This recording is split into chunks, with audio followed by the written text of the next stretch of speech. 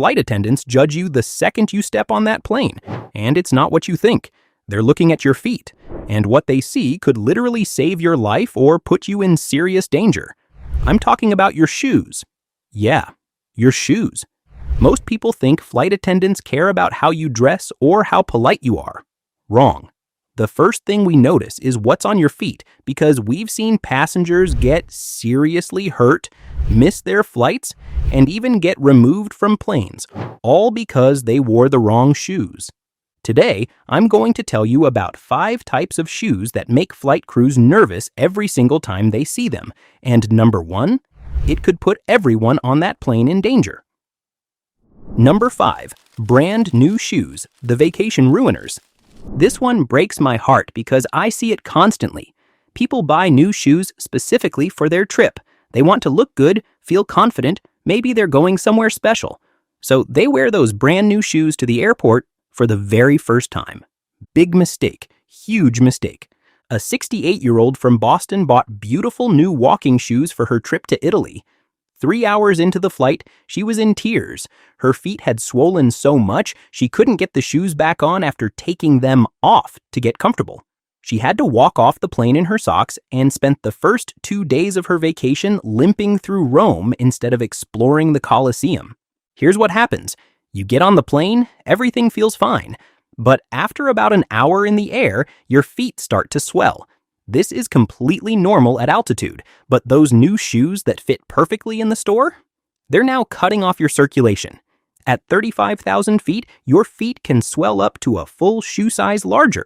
New shoes haven't molded to your feet yet. The materials are stiff. When your feet swell and you're stuck in those shoes for hours, you're going to get blisters, you're going to get cuts, you're going to be in pain for days. Here's what you do. Wear shoes you've broken in for at least 5 to 10 wears before your trip. Choose shoes with extra room for swelling, not too tight, not too loose. Pack your new shoes in your luggage and change at your destination. Rule of thumb: if you haven't walked 5 miles in them, don't fly in them. Think that's painful? Wait until you see what happens with these next shoes. Number 4, flip-flops and open-toed sandals, the evacuation nightmare. I get it. You're going somewhere warm. You're excited about vacation. You want to get into that vacation mindset as soon as possible, but flip-flops on a plane are a terrible idea. A 72-year-old from Miami wore her favorite sandals on a flight to visit her grandchildren in California. During an unexpected evacuation due to smoke in the cabin, both of her flip-flops came off on the emergency slide. She had to run across the hot tarmac barefoot and ended up with second-degree burns on her feet. She spent 3 weeks unable to walk properly instead of playing with her grandkids. First, let's talk about cleanliness. That airplane floor is not clean. I don't care what the airline tells you. That carpet has seen everything: spilled drinks, food, and yes, sometimes worse things from the bathroom. You're basically walking barefoot through all of that. But the real problem is safety. Flip-flops fall off. They fall off when you're walking to the bathroom. They fall off during turbulence, and they definitely fall off during an emergency evacuation.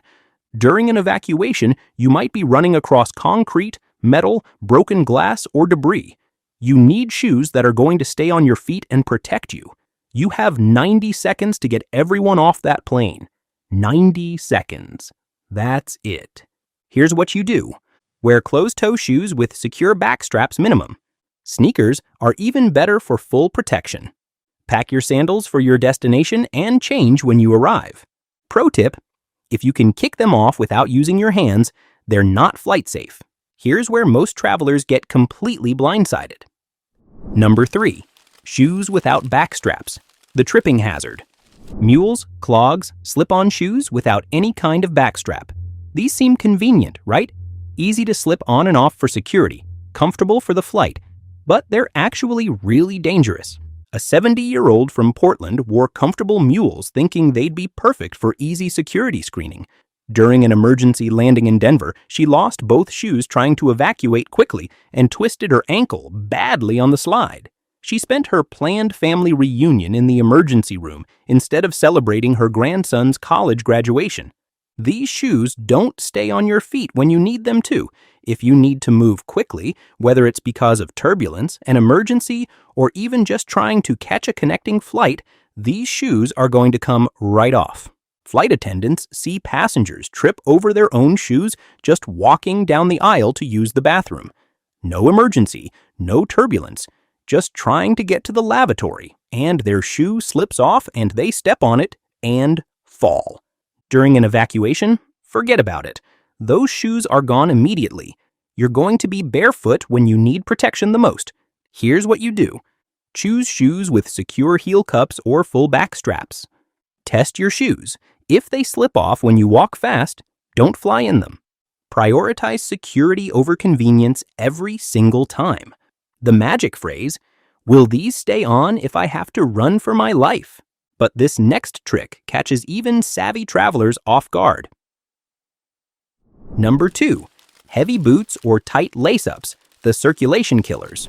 This one is especially dangerous for older passengers or anyone with circulation issues.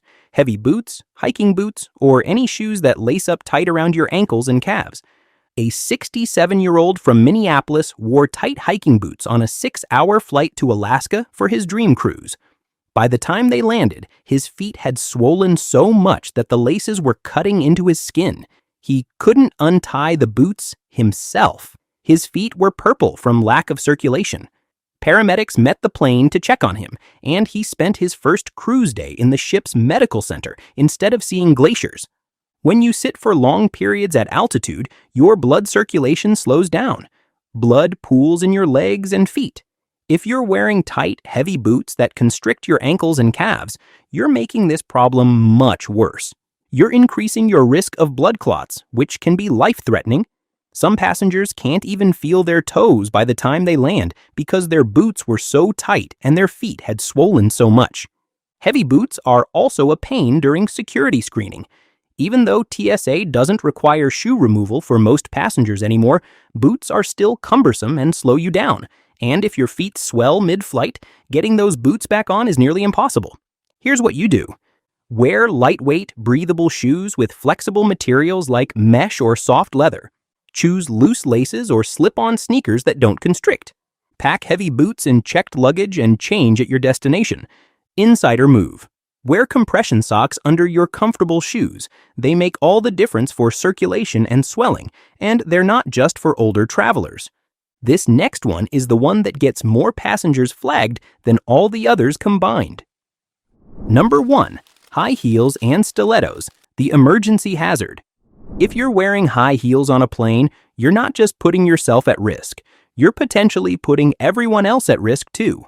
A 66-year-old from Chicago wore 3-inch heels to look elegant for her daughter's destination wedding in Mexico. During moderate turbulence, she fell walking back from the lavatory and sprained her ankle so severely she had to be wheeled off the plane in tears. Her daughter's wedding photos show her in a wheelchair instead of dancing at the reception. "Ma'am, you need to sit down immediately," the flight attendant told her. But it was too late. In an emergency evacuation, if you're wearing high heels, the crew will tell you to take them off before you go down the emergency slide. Not ask. Tell. Because high heels can puncture the emergency slide and make it unusable for everyone behind you. Think about that. In an emergency, when every second counts, you're going to have to stop and take off your shoes while people are trying to evacuate behind you. You're slowing down the entire process. You have 90 seconds to get everyone off that aircraft. That's the rule. But even without an emergency, high heels are dangerous on planes. The aisles are narrow. The floor can be uneven. If you hit turbulence while you're walking in heels, you're going down hard. Flight attendants have seen women fall and seriously injure themselves just trying to get to the bathroom in high heels. Sprained ankles, broken bones, head injuries from hitting the armrests on the way down. And at altitude, when your feet swell, heels become torture devices. They force your feet into an unnatural position, and when your feet swell up to a full shoe size, that position becomes incredibly painful. Here's what you do. Wear comfortable closed-toe shoes with a low heel, 1 inch maximum. Pack your heels in your carry-on and change once you land. Choose comfort and safety over fashion. You'll arrive able to walk. Rule of thumb: if you can't run in them, don't fly in them. All right, I need to pause here for a second. If you're finding this valuable, hit that like button right now. It helps other travelers discover these secrets. And subscribe so you never miss my insider travel hacks. Okay, here's what flight attendants actually wear when they travel as passengers. Here's the insider secret. When flight attendants travel as passengers, we wear simple sneakers or supportive walking shoes. Nothing fancy, just cushioning, support, breathability, and room for swelling. We want something we can get on and off easily for security, but that stays on our feet during the flight. We want cushioning for standing in the aisle, support for our arches, and room for swelling. That's it. That's the secret. We don't wear anything fancy. We wear practical, comfortable, safe shoes. Slip-on sneakers or athletic shoes with a backstrap. Think shoes like Skechers, cushioned running shoes, or supportive walking shoes. We know the real dangers because we see the consequences daily. Comfortable, secure, closed-toe shoes that can handle emergencies and long flights. Look, I'm not trying to be the fashion police here. I'm trying to keep you safe.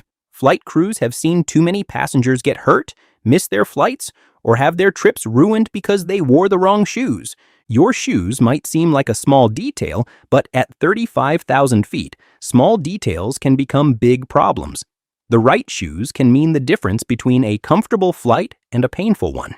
Between arriving at your destination ready to enjoy your trip and arriving injured or in pain.